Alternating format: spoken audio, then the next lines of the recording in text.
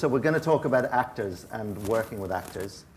To put this in context, I first met Jim when I worked on My Left Foot many, many years ago.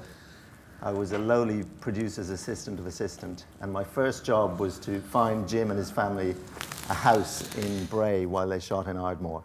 So Jim thinks of me more as an estate agent, really, than a fellow director. He used to walk me to the house. But Jim, I'd kind of like to talk to you about, pick your brains now about acting. Yeah.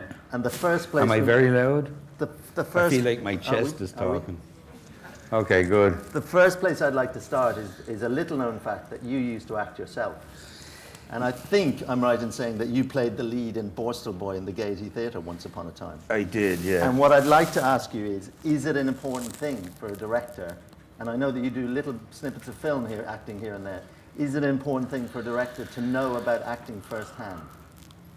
Yeah, I would think so, that if you were going to learn how to direct, that it'd be wise to do workshops acting, even if you never did it in front of the public, you know? I think it teaches you a lot, you know? Humiliation, you know?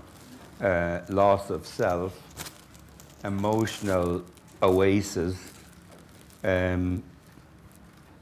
terror. Just so many things you learn, you know? And moving on to auditions. Auditions are obviously, you know, a lot of the time you're offering people parts. Mm-hmm. But go back to, say, My Left Foot, where you pretty much, apart from Daniel, you probably would have auditioned everybody there. How do you do auditions? How do you work with casting directors? And do you play tricks on actors, or is it all quite straightforward? I don't think I play tricks on actors. Once or twice I haven't cast the best actor, you know. For what reason? Drink. Fear of them not turning up, maybe, you know. Balance between, you know, normal responsibilities and the responsibility to the kind of ideal movie, you know. So once or twice I've been in the room and thought, you know, this guy's too Looney Tunes for me, you know, which is really unusual.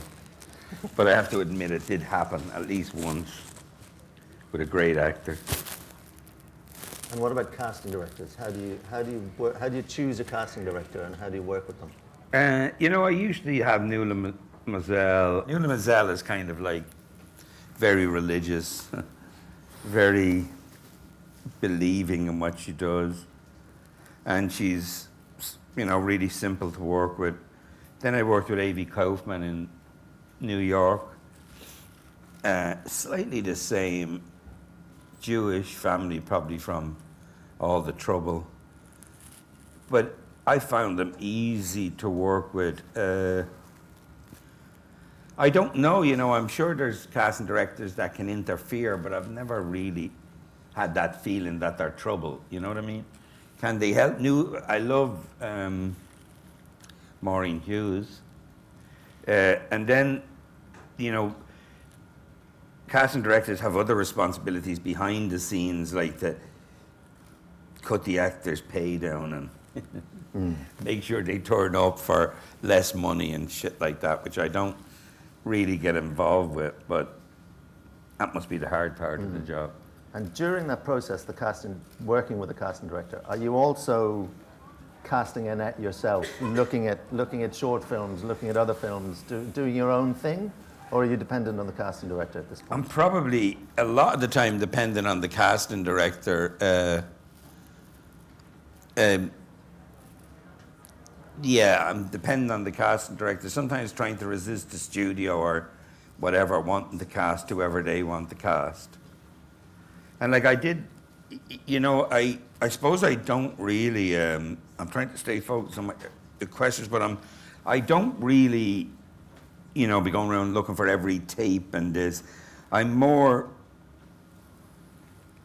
checking the script and the story, you know? So you know? What excites you about an actor when they walk in the room, if you don't know that actor? What's going to get you going?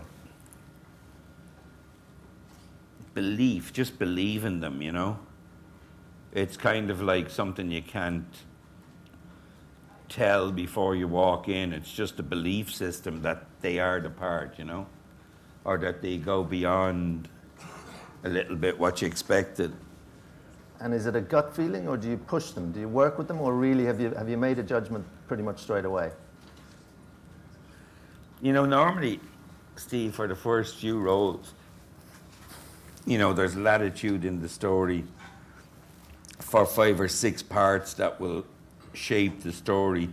And after that, it's just like people who fit a little bit that, you know.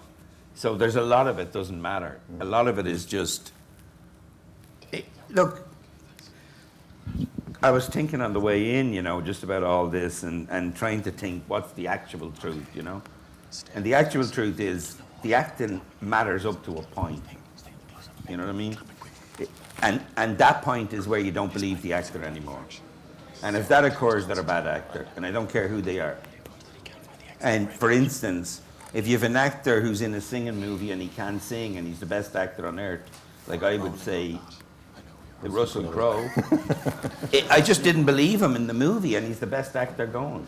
So it's about a belief system and existing within the framework of a belief system, and can you keep all that believable? It's like religion. You know, that's what Brando was obsessed about when I met him, religion. He was like, he wanted to start a religion. And he thought if he started a religion, he'd end up really rich. And he was kind of half serious. And he was with that crazy Tony Kaye, and they were all dressed up as Al-Qaeda and all after 9/11. So you've been on a bit of a journey with actors. 'Cause Yeah. I remember from working on My Left Foot that My Left Foot was a script that you co-wrote. It was a fantastic script. You didn't have much. I think you shot it in 6 weeks. And you know, 6 or 8. There wasn't a lot of, you know, you were under pressure. 40 days. You were under pressure because, you know, the financiers didn't necessarily know who you were. You'd come from New York. You'd made a short film in New York. And so in a way, I suppose at that point you perhaps, and you can correct me if I'm wrong, you perhaps directed in a more conventionally way then than perhaps you've developed since. So can you talk about the journey? I mean, I know you had a journey with actors before that in the Project Arts and acting yourself and the New York Irish Arts Centre. But in terms of film acting, can you talk about the journey of how you've developed what you expect from directors and how you work with them and how you push them over your career of films? Well, I would say to you that I probably directed My Left Foot in the correct way. And every movie since a little bit less. And the reason for that is, you're quite right, My Left Foot was a fantastic script. I mean, we hardly changed a beat of it, you know? And it was fairly easy to do because of that. I mean, there were tiny little bits of it that surprised even me that I was really happy with, like the Halloween sequences and all that got a bit visual. But essentially, the script was more or less there. And when it's like that, it's much easier. So like, for instance, In the Name of the Father, which is, I think, a very good script, the middle section of it wasn't ready. And it was over long, and I knew as I was shooting it. I mean, my experience is always I go in and I'm going, I shouldn't be here, this is not going to be in the movie. I do it and it's never in the movie. But I don't on the day have the courage to drop it, because it's like somebody else has to stop me. Somebody else has to say, don't do that. We don't have the money. But so long as I keep going and I shoot it, I'm like, well, if I have to drop it, I drop it. But I don't think it's the correct way to make a movie. But it's sometimes necessary because you have to. Sure, sure. But that takes us back to writing. I think it all goes back to writing. And as a writer-director, are you going back then to more the My Left Foot way of writing and directing a much tighter script, or are you still allowing yourself kind of a more open writing for particular actors? Do you write for particular actors? No, I never write for actors. I never wrote for Daniel Day. I never wrote for anybody. Is it a mistake to write for actors? I may have wrote the boxer for Daniel, which would have been a mistake. Not because it's a mistake necessary. Look, I remember this fella called McKee, you know him, the great. Yeah, yeah. He's Robert a talk, McKee, Robert McKee, yeah. and he's very intellectual, really smart. And at the end of his, I was going to say rant, but I don't mean to be mean to him, but at the end of his talk, which is very good, where he rants a lot, he says like he writes for actors. And I'm like, why? You know, it was a mystery to me. And he'd go like, well, I write for Jack Nicholson or Tom Cruise or whatever. And I'm like, do you not ever see your own face on the character? And he was like, no. But for me, I keep joking, if there's a dog barking in the script, that's me. Do you know what I mean? I have to be kind of in the position Immersed of in it. understanding from the inside. It's all about walking in feet. You know what I mean? Walking in shoes. Can you walk in the shoes of the character? Like, just before I came out, I had to watch Homeland, which is the girl I love, Claire Danes. I know her from years and years ago. And she's great in the story, but there's certain points where the story gets to a point where nobody could act it. It's just beyond the capability of human beings to do, because it's not written correctly, and it's written very good, TV every week. Mm-hmm. But it's sometimes you're going, that's bullshit. And you can't, you know, you'll watch it, it's free. You know what I mean? So now I'm feeling that we're getting to a place where we're pushing all the dramas into TV, into the free area, into the it doesn't matter area. And we're pushing all the spectacle into that's the only thing that matters. When you say the spectacle, you mean the Big movies, Yeah. gravity, Yeah. genius, Yeah. visually, beyond crap script. I mean, beyond Yeah. crap, it doesn't even make fucking sense. And no, here's what happened. They shot the movie. Alfonso goes back and it doesn't work. They're freaked out. They reshoot it. They get George Clooney back from the dead, put him in a dream sequence. I mean, if I was pitching this to you, you'd be like, Jim, you're not going to have a dream sequence in the middle of the fucking movie where he tells her that instead of dying at the end, you're going to go back to Earth and land in the water. I mean, are you serious? No, because the audience want her to live. So this has brought up the whole digital thing to me, because I was thinking about it, and it goes like this. If we can, somebody came and had a man who I know, Meanie, and he has an algorithm thing where you can predict the success of movies, you know? And that goes on, that's part of the whole system, like doing previews and da. But Netflix know. They know now, do women in prisons, right? So at the level of knowing and control and everybody being in advance of it, that ends up with, I can tell you what people want, porn. And I can tell you don't get into business because everybody's doing it, right? Mm-hmm. So at the end of the day, the digital just goes to, all this stuff goes to excess of taking down the values of the making of it, and then over here there's going to be another business. The genius that you're more drawn to takes us back to actors, script and actors. And a script that really works and is perhaps more realistic, less fantastical. I would say that's my limitation rather than I'm drawn to. Well, in other words, I'm good at story and acting, and I haven't put attention so much into visual. But when I started out in the theatre, I was all visual. And that was because Ireland was full of fucking talk. You know what I mean? It's full of theatre, yap. And I was like, wow, let's just do something different. But when I came to make movies, I had to use the things that I was strong at. And maybe you get trapped in them a little bit. And, you know, and now I'm much more, I'm interested in the visual, you know what I mean? But you don't want to do a blockbuster. I can't. That's a different thing. Right. Okay. But maybe they can all live together, and maybe that's the answer of the digital world in terms of distribution, is that everything's becoming much more fragmented. So you can now get a big audience for lots of different things. You know, and maybe the future of television is actually that there's going to be an event piece of television that's got Daniel Craig in the lead, and it's watched by 100 million people in 24 hours. You know, that's probably not that far away. Tell us, I mean, we're sticking to actors, so tell us about your process on the set of working with actors. And I wanted to go into kind of mad stuff, Steve. Yeah, well, go into mad stuff. Okay. Acting, like I was thinking here, I was watching just Homeland and thinking about belief systems and belief systems in when you're watching a movie. Do you know what I mean? Like, and the light, and everybody wants to hold on to the light.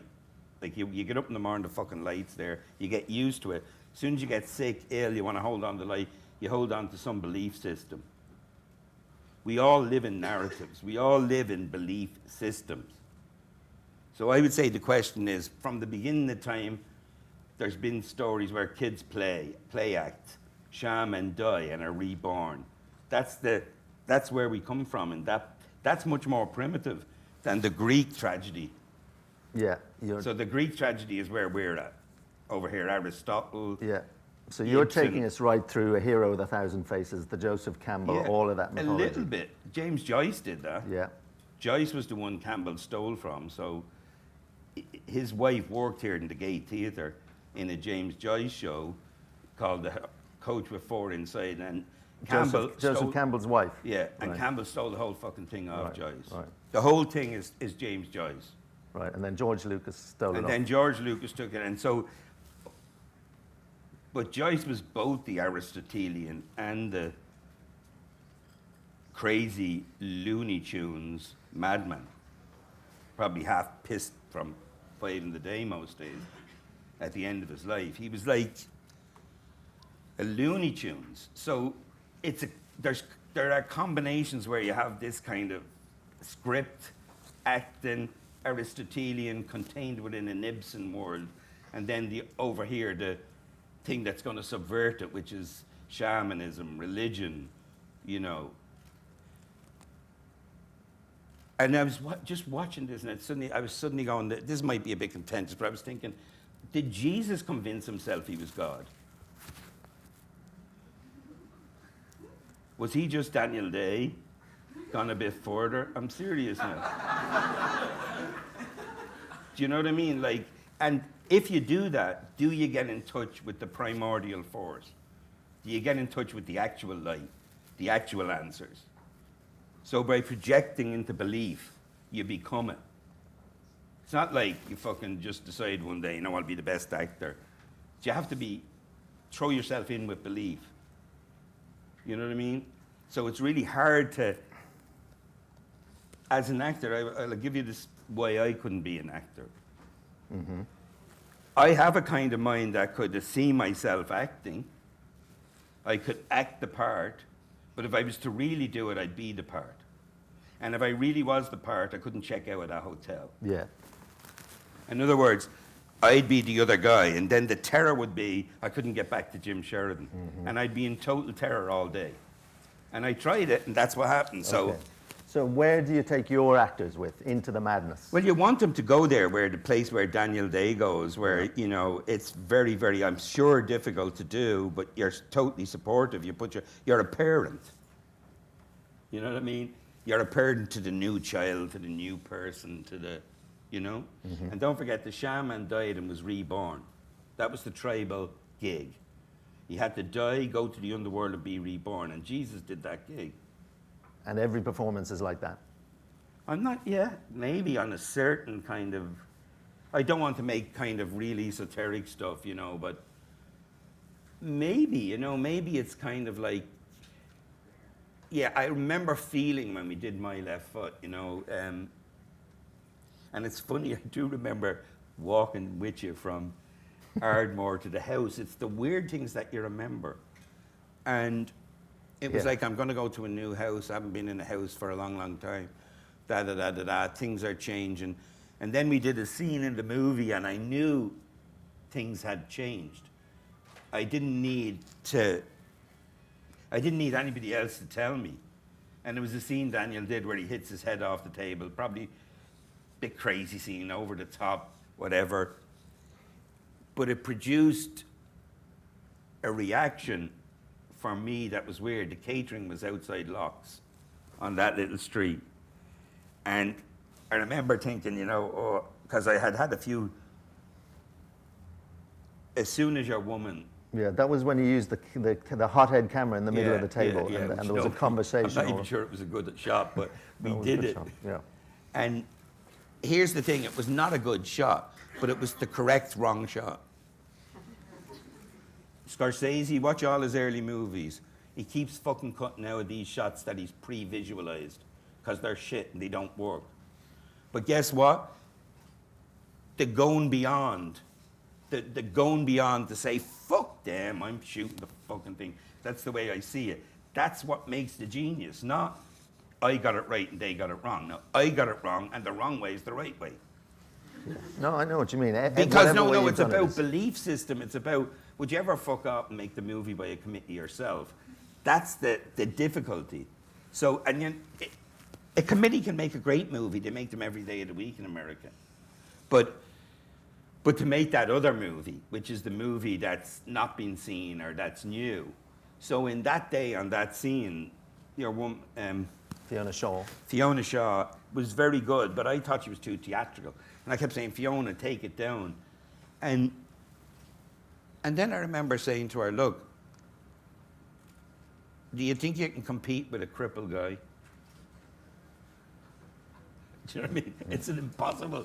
Like, you can't overact or you can't outact somebody who's so fucking disabled and so incapable of basically sleeping with you and fucking you, or whatever it is, whatever that primal thing is that the audience know behind the scene. You ain't going with him. Because really deep down, we're not going to address the fact of the disabled, and so that's her gig. So she was playing that kind of role, which is really hard. And I remember at the end of the scene, she got it right, and I kind of are very close, you know. And I remember just feeling something, and I just put my hand to her face. And I remember Daniel broke down crying. Out of nowhere. Not the scene's over now. Yeah. He'd pulled the tablecloth off. No, it was after the scene. It was nothing to do with the acting. He just started crying, and I was like, fucking hell. I better get this guy out of here. This is getting embarrassing. So I took him over to the trailer, and he wouldn't get out of the thing, and I had to lift him in. I said to him, what the fuck did you think that was about? And he said, make a bomb and I'll throw it at you. Or make a bomb and I'll explode it. Or give me a bomb. And I think what he was talking to was the language, the words, whatever. And I then remember walking around and not being able to kind of sit down, be easy. But I knew it's okay. And then I came back and they were asking me in the case, somebody said, you better eat something before you go back. And I took my hand out to point at what I was going to eat, and I had a knife in my hand. And I looked at the knife and I was like, wow, that's a bit weird. But I remember having that knife for the whole fucking hour. Right? So years go by and you're thinking, well, what's that about? You know, and I used to think it was, these are honest things now and they're kind of weird and they're not necessarily true. I thought it was my brother Peter because I named the guy Peter so as I could get a sibling challenge to the scene. Like, she's going with Peter, not me. And somebody said to me, just put Peter in, you can always write that character as the bad guy. You know what I mean? And I thought, yeah. And then I was feeling guilty about it. And then I realized my dad's name was Peter. And then I knew who the person was, so I put my hand to her face. And it was fucking, this was involved. Eatable rage. So oftentimes you'll shoot things and you'll then come to analysis of why you did them. Like, for instance, every time we do it, you know when you lock up, used to be you have the film and you'd put it on and you spin forward and there's the stairs and you have to wait 30 seconds for the girl, McCabe, what's her name? Ruth McCabe, yeah. To walk down the stairs, Yeah. you know, and I'd be like, Yeah. fucking just fast forward, Pat. Because Pat was very patient that he'd just let it run. Fucking move that stairs and we haven't got time. And then I realized my brother fell down the stairs and that's what killed him. So there was all these obsessive shots of stairs and the kid coming down the stairs and just the difficulty of overcoming the stairs as a disabled person, but that's not really, for me, what's going on. So it's the coalescence of the emotion of what that person's feeling with what you're feeling. So I think with actors, it's like that. Okay, well, I mean, I get all of that, and I understand a lot of what you're talking about there, even though you want it to be mad. Yeah, yeah. But there's another tranche of actors who are the day players, the 2-day players, and how do you bring them into that world? Or do you not? Is that a separate thing? Do you have a different process for bringing them up to speed with where you're at in your head and where you and your main players are? I don't know. I think a lot of the time they are, fulfilling keeping the story going, keeping the thing going along. The more characters you have to deal with, probably the weaker the story's going to become. Although presumably, again, back to auditions, you're looking for the gems of actors who can get that moment that isn't going to destroy what the madness that you're creating. In the rest of it. But don't forget that just to ask that question on a not even primitive level, ask it on a, and when I say not primitive, I'm talking again about Greeks who are intellectual, mad, fucking Platonic, Plato, talk, Aristotle, They're the guys who invented dialectics. Like, in other words, they invented where we are. Their first gig was one actor and a chorus, telling the story with a chorus, with a sacrifice, with a goat. This took 100 years to have 2 actors. They thought that's schizo. They were like, how can you have 2 fucking people? Like, how can you split yourself in 2? That has to be schizophrenic. That's a primal fear. And it took another 100 years to get to 3 actors. But now we live in a world where we think acting's normal and the whole thing is normal. But you have to get it back there to belief systems of this is really crazy. And so even a little guy coming in, I was like just watching this Homeland episode now is what's in my head. And the guy who's playing the suicide bomber, and then like we're supposed to see that his kid rings him, he gets emotional. Come on. That can't work. That's not real. That's beyond, like these people who are going to kill themselves are in spiritual reward. They're actors impermeable. There's no directing. You can't direct them. And to do it is a crime. Yeah. So for you as an audience, it stops working at that point. Because it's not understanding. Well, in this one, it wasn't so much a crime because he was an American guy who'd been made crazy by the Arabs. So, but belief systems, you know what I mean? When I did my in America, I went into the room and there was a little kid there, who played Kirsten, and she looked like Kirsten, and I got her to read, and she was perfect. And I thought, she's going to be, Stephen, I thought she's going to be like those American kids that are horrible, they're so good. And I was like, oh. So I said to Kirsten, is there anybody else here? And Kirsten pointed out some kid who had a slight lisp or something. And I was like, yeah, okay. So she started reading, and I went, and then the original girl, and this is very interesting, just caught me by the coat back here. And I don't know if you've ever been caught by the coat. You can't turn. It's really incapacitating. And I was like this, and I don't know how I got her to let go. I think I just said her name, Emma, and she let go. And I turned around and she said, is she reading my part? And I thought for a minute, and I thought, I realized, look, it's a cattle call. We treat people bad. We're humiliating them in front of each other. This is terrible, but we do it all the time. And I thought, fuck it, I'll just intimidate her, see if she's any good. So I tried to steer her out, which didn't work. And then I said to myself, you know what? I said, no, nobody's reading your part, you're cast. And it was hard to do because I had to take a real chance. But I knew she could be perfect, and if I didn't cast her, if I broke her belief system, I'd never get it back. Yeah. And then she said, what about my sister?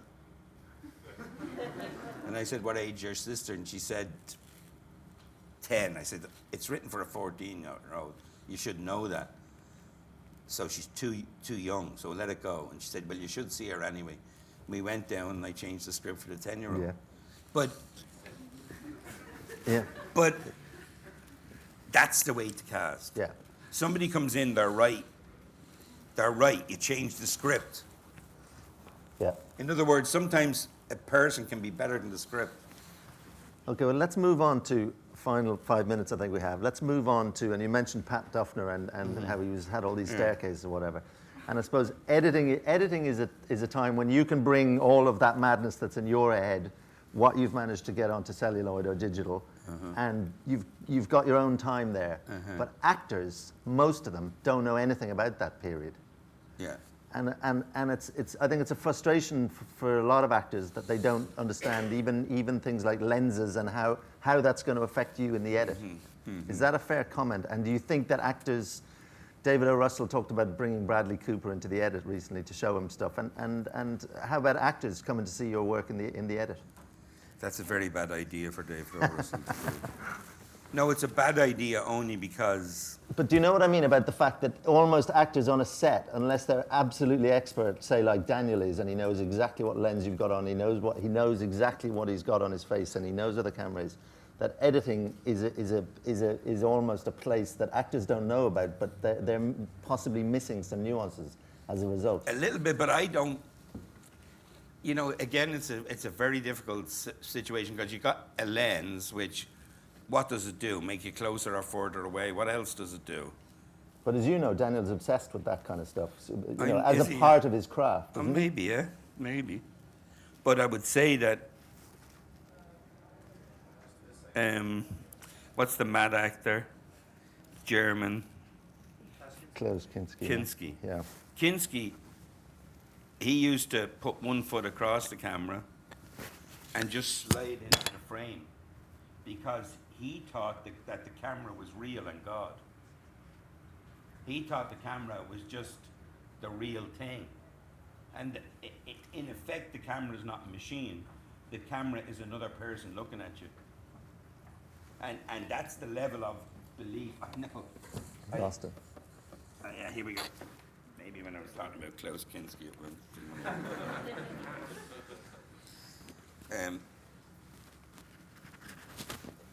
Yeah. So I think we have to wrap up, Jim. Do we? So tell us what you're doing next and what parts actors who may hear about this can look forward to. You know, I'm writing a few movies, and every time I meet them, they're about real people, and I say to them, they're not going to be about you. You know, they're going to be about some... I'll give you an idea. Everybody thinks that an actor, you know, you go and you research the part, and you make a bio, and you do it all, blah, blah, blah, blah, blah, blah, and you know what you had for breakfast and all this. And I think parts that are worth acting are 6 or 7 people, all put into a pot together, and the heat's turned up really high, and you melt, and they become one solid thing. And when an actor's standing in front of you, and if he could be playing 4 or 5 different people, but because he's one body, the audience looked at him as a real person. But it's got nothing to do with real. It's got to do with possession. It's got to do with contradictions. It's got to do with being interesting, not just human. You know what I mean? Sometimes it's beyond human, you know?